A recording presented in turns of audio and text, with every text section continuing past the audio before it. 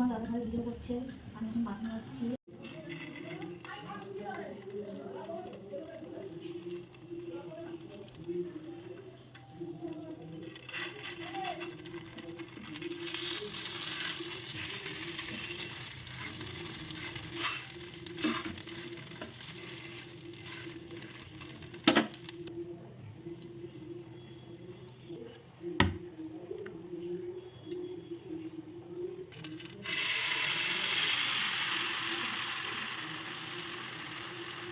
এই গোলটা ঠিক মতন না হলে না পিঠেতে ভাঁজ পড়ে যাচ্ছে।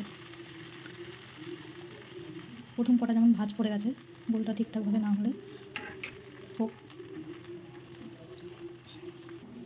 তো আমি ক্ষীরের সন্দেশটা কিন্তু একদম অল্প অল্প করে দিচ্ছি, বেশি দিচ্ছি না, নাহলে না মিষ্টি মিষ্টি হয়ে যাবে খুব বেশি। আর আমার বড়মশাই মিষ্টি বেশি খান না, তাই আমি অল্প অল্প করে দিচ্ছি।